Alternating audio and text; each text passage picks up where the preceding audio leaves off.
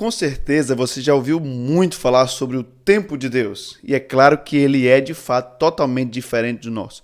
Na agenda de Deus não há atrasos, e é exatamente esse o tema dessa mensagem de hoje, o relógio de Deus. Então já sabe, né? Curte, comenta, inscreva-se aqui, compartilhe, tá bom? Outra coisa, me ajude aí impulsionando ainda mais, tá? Deixa um pedido de oração aqui, sempre segunda a sexta-feira, no nosso chat ao vivo. Você pode participar conosco. Tenho certeza que vai ser muito abençoado. Não saia antes da oração, que eu quero abençoar você no final com uma oração, tá bom? Deus te abençoe e vamos para a nossa mensagem de hoje. Evangelho de Marcos, capítulo 5, verso de número 35 diz: E estando ele ainda falando, chegaram alguns do principal da sinagoga, a quem disseram: A tua filha está morta, para que enfadas mais o mestre? E Jesus, tendo ouvido essas palavras, disse ao principal da sinagoga: Não temas, crê somente. Sabe, esse milagre aqui que nós estamos falando, continuando os nossos 3 últimos milagres, Jesus agora faz uma sequência de milagres ali, desembocando em Marcos 4 e 5. Ontem falei sobre a mulher do fluxo de sangue, você está acompanhando. E esse milagre aqui, Jesus na verdade saiu para realizar este milagre. Foi Jairo que foi atrás de Jesus para que ele curasse a sua filha. A filha de Jairo estava enferma e Jesus se levantou para curar. No meio do caminho, houve uma interrupção. No meio do caminho, apareceu a mulher do fluxo de sangue. A mulher do fluxo de sangue roubou uma parte do tempo de Jairo, da filha de Jairo, para que pudesse ir lá e curá-la. É interessante que nesse texto tem algumas coisas que nos chamam muita atenção. A mulher do fluxo de sangue sofria há 12 anos de uma hemorragia. E eu falei ontem, o sangue é o símbolo da vida. Então, a vida se esvaía daquela mulher pouco a pouco. A filha de Jairo, por sua vez, ela tinha 12 anos de idade. Ou seja, o tempo de nascido que a filha de Jairo tinha era o tempo de morte da mulher do fluxo de sangue. Esses 12 anos são compatíveis. Todas as vezes nós falamos sobre fazer aniversário, completar mais um ano de vida, a gente pode olhar para o outro lado também, que cada ano a mais é um ano a menos. Cada vez que nós andamos para frente, nós chegamos mais perto do fim. Então, por isso nós precisamos celebrar a vida e nós precisamos aproveitar cada momento da vida, porque nós não sabemos quando será o último dia de vida. Nós estamos vendo aqui um texto a qual uma mulher que acabou de ser curada por Jesus saiu saltando feliz da vida. Eu fico imaginando que Jairo estava lá e Jairo viu esse milagre. Jairo viu Jesus curando a mulher do fluxo de sangue. Eu fico imaginando a fé de Jairo lá em cima.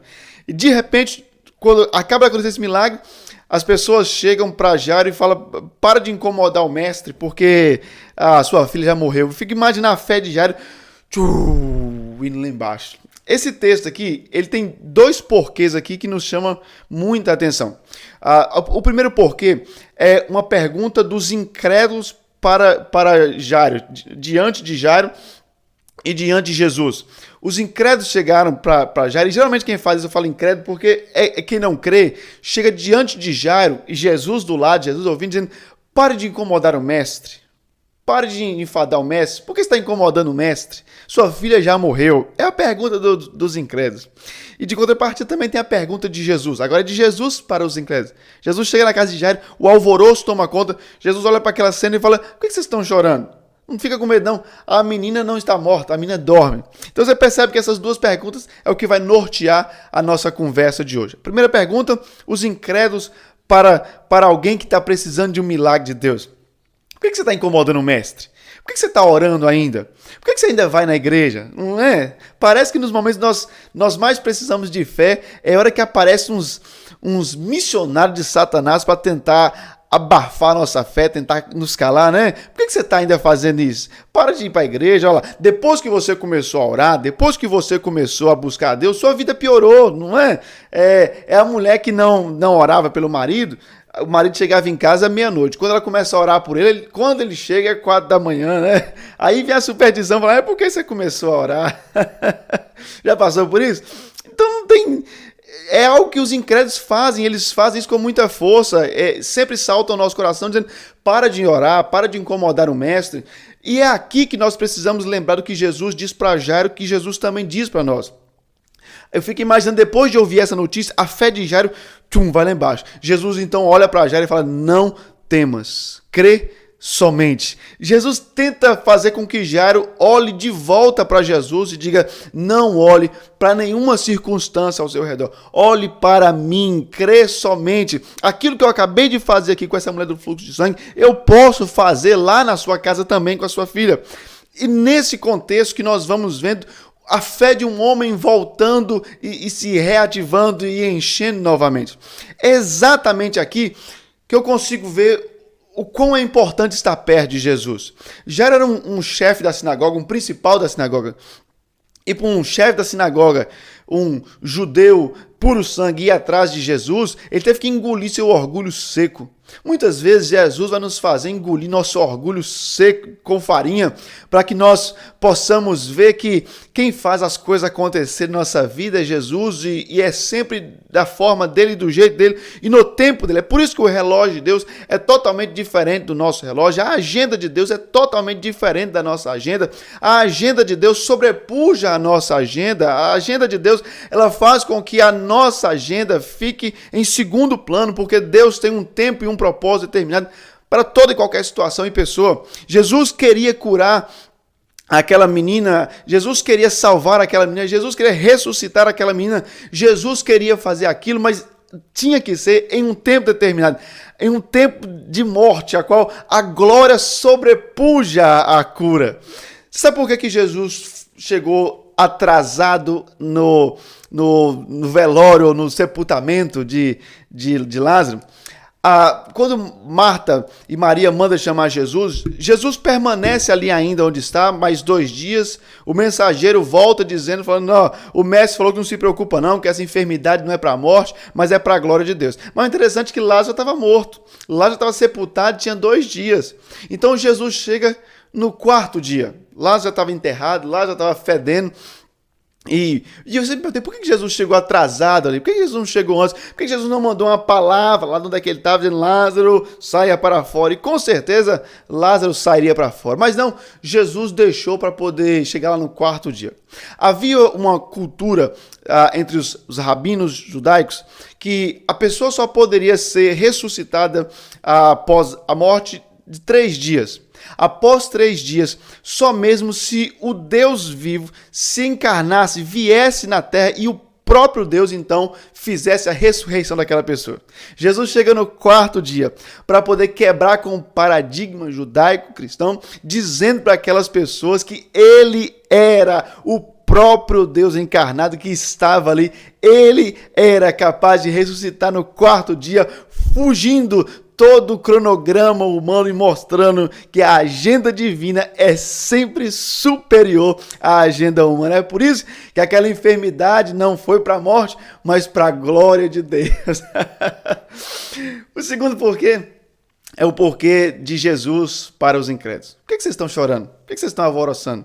Jesus chega lá e vê um pânico tomando conta do ambiente. Jesus então libera uma palavra, chama os pais, aqueles que precisavam crer, e diz, vamos cá, vamos ver um milagre acontecendo. Por que Jesus não permitiu que todos os outros entrassem? Deixa eu falar um negócio para você. Jesus só permitiu que o pai, a mãe, Pedro, Tiago e João entrassem ali. Apenas 6 pessoas participaram daquele momento ali. Sabe, na vida da gente tem coisa que quem não crê não vai poder ver. Quem não crê não vai poder entrar na sala do milagre. Quem não crê não vai poder entrar no quarto do milagre. Quem não crê vai ter que ficar de fora e só vai ver o resultado. É por isso que muitas vezes na vida da gente nós não podemos andar com todo mundo. Tem gente que não pode andar com a gente porque a falta de fé dele vai gerar em nós um medo tremendo. A falta de crença em Jesus, a falta de acreditar em um milagre vai fazer com que nós também deixemos de acreditar. Em Israel, quando alguém medroso, quando aquela pessoa estava tomada de medo, ele não iria para a guerra porque ele iria desencorajar os outros. É por isso que você não pode andar com gente medrosa, você não pode andar com gente com falta de fé, porque essas pessoas farão com que você também fique sem fé. É por isso que para presenciar e testemunhar os milagres de Jesus, só mesmo aqueles que acreditam somente aqueles que andam com Jesus, somente aqueles que ouviram de Jesus, não temas, crê somente. Esses é quem pode entrar naquele quarto secreto e ver um milagre poderoso da parte do Senhor. É por isso que hoje eu quero dizer para você, para que você possa viver algo extraordinário da parte do Senhor, para que você possa viver milagres da parte do Senhor, ande com gente com a fé lá em cima, ande com gente que acredite no Senhor, ande com gente que enxerga o milagre antes mesmo que ele aconteça, ande com gente que está crendo no mesmo Deus que você, que bate o coração na mesma frequência, na mesma sintonia que você. É por isso que eu quero orar hoje por você. Os nossos devocionais, nossa rotina espiritual aqui, sempre meio-dia, tem sido momentos abençoadores de injetar fé e creia no coração de muita gente. Pai, no nome de Jesus, eu quero orar por gente que vem no nosso devocional, gente que vem tomar essa porção todo santo dia. Em nome de Jesus, abençoa. Dá fé no coração desse homem, dessa mulher, que seja capaz de crer categoricamente no Senhor. Repreenda, Senhor, as distrações, aqueles que maldizem, aqueles que deixam de crer, aqueles que a falta de fé gera medo na gente. Deus, tem misericórdia, em nome de Jesus.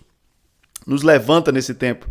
Aumenta a fé no nosso coração, para que possamos ver e testemunhar seus milagres neste tempo. Injeta fé no nosso coração, porque nós queremos ser daqueles que entram no quarto do milagre, que entram no cantinho do milagre, não dos que ficam de fora e só vê os resultados prontos, não. Nós queremos acompanhar o processo e não apenas ver os resultados. Pai, em nome de Jesus, nos usa nesse tempo, nos levanta nesse tempo e nos aviva nesse tempo. É o que eu oro em nome de Jesus. Amém, amém e amém. Faz um favor, compartilha, só tem você, compartilhe. Faz outro favor, já se inscreveu? Se não, inscreva-se, vai na setinha e compartilha. Deixa um comentário aqui também, bota um pedido de oração aqui.